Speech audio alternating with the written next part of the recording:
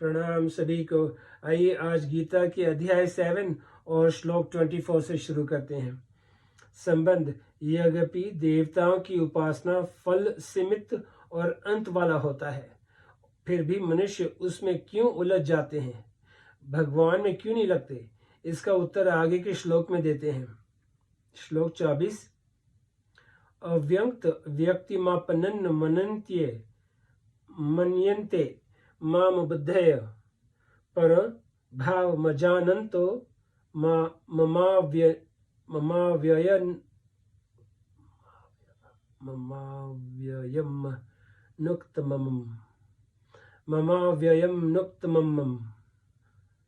नुक्तमम्।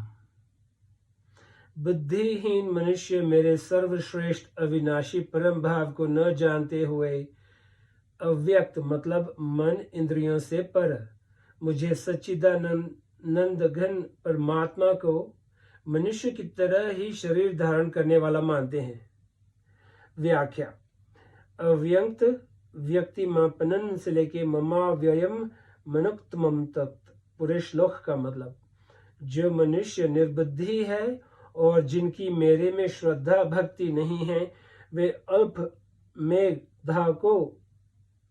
अल्प मेधा के कारण अर्थात समझ की कमी के कारण मेरे को साधारण मनुष्य की तरह अव्यक्त से व्यक्त होने वाला अर्थात जन्मने मरने वाला मानते हैं। मेरा जो अविनाशी अव्यय भाव है अर्थात जिससे बढ़कर दूसरा कोई हो ही नहीं सकता और जो देश काल वस्तु व्यक्ति आदि में परिपूर्ण रहता हुआ इन सब से अतीत सदा एक रूप रहने वाला निर्मल और असंबद्ध है, ऐसे मेरे अविनाशी भाव को वे नहीं जानते और मेरा अवतार लेने का जो तत्व है उसको नहीं जानते। इसीलिए वे मेरे को साधारण मनुष्य मानकर मेरी उपासना नहीं करते, प्रत्युत देवताओं की उपासना करते हैं। अबुद्धय पद का यह अर्थ नहीं है कि उनमें बुद्धि का अभाव है, प्रत्युत बुद्धि में विवेक रहते हुए भी अर्थात संसार को उत्पत्ति विनाशशील जानते हुए भी इसे मानते नहीं। यही उनमें बुद्धि रहितपना है, मूढ़ता है। दूसरा भाव यह है कि कामना को कोई रख नहीं सकता, कामना रह नहीं सकती, क्योंकि कामना पहले नहीं थी और कामना पूर्ति के बाद भी कामना नहीं रहेगी। वास्तव में कामना की सत्ता ही नहीं है, फिर भी उसका त्याग नहीं कर सकती। यही अबुद्धिपना है। मेरे स्वरूप को न जानने से वे अन्य देवताओं की उपासना में लग गए और उत्पत्ति विनाशील पदार्थों की कामना में लग जाने से वे बुद्धिहीन मनुष्य मेरे से विमुख हो गए। यद्यपि वे मेरे से अलग नहीं हो सकते तथा मैं भी उनसे अलग नहीं हो सकता, तथापि कामना के कारण ज्ञान ढक जाने से वे देवताओं की तरफ खिंच जाते हैं। अगर वे मेरे को जान जाते तो फिर केवल मेरा ही भजन करते। 1, 2, 3। बुद्धिमान मनुष्य वे होते हैं जो भगवान के शरण होते हैं और भगवान को ही सर्वोपरि मानते हैं। दूसरा, अल्प मेधा वाले मनुष्य वे होते हैं जो देवताओं के शरण होते हैं। वे देवताओं को अपने से बड़ा मानते हैं, जिससे उनमें थोड़ी नम्रता और सरलता रहती है। और तीसरा, अबुद्धि वाले मनुष्य वे होते हैं जो भगवान को देवता जैसा भी नहीं मानते, किंतु साधारण मनुष्य जैसा ही मानते हैं। वे अपने को ही सर्वोपरि सबसे बड़ा मानते हैं। गीता। यही तीनों में अंतर है। परम भाव मजानंत का मतलब का तात्पर्य है कि मैं अज रहता हुआ, अविनाशी होता हुआ और लोकों का ईश्वर होता हुआ ही अपनी प्रकृति को वश में करके योग माया से प्रकट होता हूँ। इस मेरे परम भाव को बुद्धिहीन मनुष्य नहीं जानते। अनुक्तमम कहने का तात्पर्य है कि 15वें अध्याय में जिसको क्षर से अतीत और अक्षर से उत्तम बताया है अर्थात जिसमें उत्तम दूसरा कोई है ही नहीं, ऐसे मेरे अनुत्तम भाव को वे नहीं जानते। विशेष बात, इस 24वें श्लोक का अर्थ कोई ऐसा करते हैं कि ये अव्यक्त मां व्यक्ति मापनन मन्यते ते अबुद्धय अर्थात जो सदा निराकार रहने वाले मेरे को केवल साकार मानते हैं वे निर्बुद्धि हैं, क्योंकि वे मेरे अव्यक्त, निर्विकार और निराकार स्वरूप को नहीं जानते। दूसरे कोई ऐसा अर्थ करते हैं कि ये व्यक्तिमापनन् मामम अव्यक्त मन्यते ते अबुद्धय, अर्थात मैं अवतार लेकर तेरा सारथी बना हुआ हूँ, ऐसे मेरे को केवल निराकार मानते हैं। वे निर्बुद्धि हैं, क्योंकि वे मेरे सर्वश्रेष्ठ अविनाशी भाव को नहीं जानते। उपयुक्त दोनों अर्थों में से कोई भी अर्थ ठीक नहीं है, कारण कि ऐसा अर्थ मानने पर केवल निराकार को मानने वाले साकार रूप की और साकार रूप के उपासकों की निंदा करेंगे, और केवल साकार मानने वाले निराकार रूप की और निराकार रूप के उपासकों की निंदा करेंगे। यह सब एक देशीयपना ही है। पृथ्वी, जल, तेज आदि जो महाभूत हैं, जो कि विनाशी और विकारी हैं, वे भी दो दो तरह के होते हैं, स्थूल और सूक्ष्म। जैसे स्थूल रूप से पृथ्वी साकार है और परमाणु रूप से निराकार है। जल, बर्फ, बूंदें, बादल और भाप रूप से साकार है और परमाणु रूप से निराकार है। तेज मतलब अग्नि तत्व काठ और दिया सिलाई में रहता हुआ निराकार है और प्रज्वलित होने से साकार है इत्यादि। इस तरह से भौतिक सृष्टि के भी दोनों रूप होते हैं, और दोनों होते हुए भी वास्तव में वह दो नहीं होती। साकार होने पर निराकार में कोई बाधा नहीं लगती और निराकार होने पर साकार में कोई बाधा नहीं लगती। फिर परमात्मा के साकार और निराकार दोनों में होने में क्या बाधा है? अर्थात कोई बाधा नहीं। वे साकार भी हैं और निराकार भी हैं, सगुण भी हैं और निर्गुण भी हैं। गीता साकार निराकार सगुण निर्गुण दोनों को मानती है। 9वें अध्याय के 4थे श्लोक में भगवान ने अपने को अव्यक्त मूर्ति कहा है। 4थे अध्याय के 6ठे श्लोक में भगवान ने कहा है कि मैं अज होता हुआ भी प्रकट होता हूँ, अविनाशी होता हुआ भी अंतर्धान हो जाता हूँ, और सबका ईश्वर होता हुआ भी आज्ञा पालक मतलब पुत्र और शिष्य बन जाता हूँ।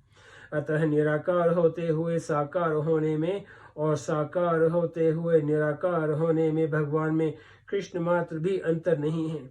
ऐसे भगवान के स्वरूप को न जानने के कारण लोग उनके विषय में तरह तरह की कल्पनाएं किया करते हैं।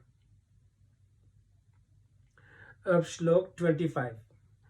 संबंध भगवान का साधारण मनुष्य मानने में क्या कारण है, इस पर आगे का श्लोक कहते हैं।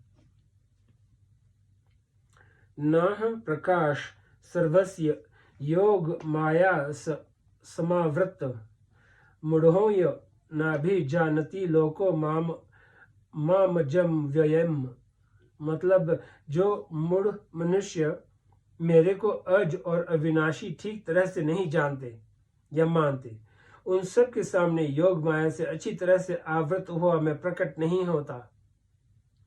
व्याख्या। मूढ़ोय नाभिजानति लोको मामजम व्ययम, मैं अज और अविनाशी हूँ, अर्थात जन्म मरण से रहित हूँ। ऐसा होने पर भी मैं प्रकट और अंतर्धान होने की लीला करता हूँ, अर्थात जब मैं अवतार लेता हूँ तब अज मतलब अजन्मा रहता हुआ ही अवतार लेता हूँ, और अव्ययात्मा रहता हुआ ही अंतर्धान हो जाता हूँ। जैसे सूर्य भगवान उदय होते हैं तो हमारे सामने आ जाते हैं, और अस्त होते हैं तो हमारे नेत्र से ओझल हो जाते हैं, छिप जाते हैं। ऐसे ही मैं केवल प्रकट और अंतर्धान होने की लीला करता हूँ। जो मेरे को इस प्रकार जन्म मरण से रहित मानते हैं वे तो असमूढ़ है, परंतु जो मेरे को साधारण प्राणियों की तरह जन्मने मरने वाला मानते हैं वे मूढ़ हैं। गीता। भगवान को अज और अविनाशी न मानने में कारण है कि इस मनुष्य का भगवान के साथ जो स्वतः अपनापन है उसको भूलकर इसने शरीर को अपना मान लिया कि यह शरीर ही मैं हूँ और यह शरीर मेरा है। इसीलिए उसके सामने पर्दा आ गया, जिससे वह भगवान को भी अपने समान ही जन्मने मरने वाला मानने लगा। मूढ़ मनुष्य मेरे को अज और अविनाशी नहीं जानते। उनको न जानने में दो कारण हैं, एक तो मेरा योग माया से छिपा रहना और एक उनकी मूढ़ता। जैसे किसी शहर में किसी का एक घर है और वह अपने घर में बंद है, तथा शहर के सब घर शहर की चार दीवारी मतलब परकोटे में बंद हैं। अगर वह मनुष्य बाहर निकलना चाहे तो अपने घर से निकल सकता है, पर शहर की चार दीवारी से निकलना उसके हाथ की बात नहीं है। हाँ, यदि उस शहर का राजा चाहे तो वह चार दीवारी का दरवाजा भी खोल सकता है और उसके घर का दरवाजा भी खोल सकता है। अगर वह मनुष्य अपने घर का दरवाजा नहीं खोल सकता तो राजा उस दरवाजे को तोड़ भी सकता है।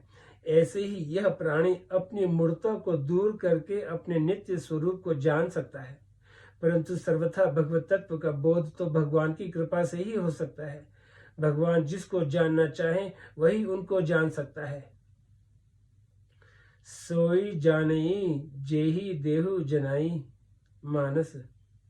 अगर मनुष्य सर्वथा भगवान के शरण हो जाए तो भगवान उसके अज्ञान को भी दूर कर देते हैं और अपनी माया को भी दूर कर देते हैं। नाह प्रकाश सर्वस्य योग माया समावृत। उन सब के सामने अर्थात उस मूढ़ समुदाय के सामने मैं भगवत रूप से प्रकट नहीं होता, कारण कि वे मेरे को अज अविनाशी भगवत रूप से जानना अथवा मानना ही नहीं चाहते। प्रत्युत वे मेरे को साधारण मनुष्य मानकर मेरी अवहेलना करते हैं। अतः उनके सामने मैं अपने भगवत स्वरूप से कैसे प्रकट हूँ। तात्पर्य यह है कि जो मेरे को अज अविनाशी नहीं मानते,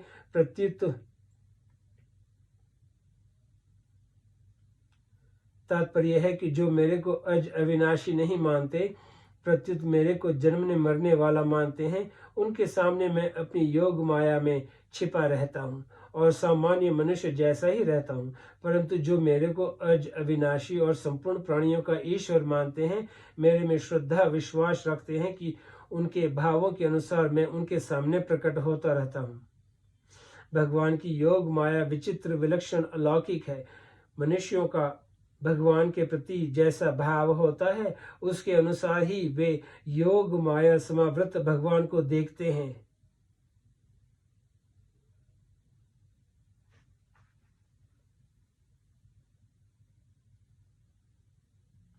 मल्लाना नृणा नरवर रुत्रण्या स्मरो मूर्तिमान गोपानान स्वजनो संता शिति भुजा शास्ता स्वपितृ शिशु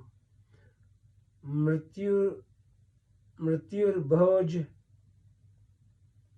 पतेर विराड विधुंसा तत्व पर योगीनान वृष्णीनान पर देवतेति वृष्णीनान पर देवतेति विदितो रंगनगत साग्रज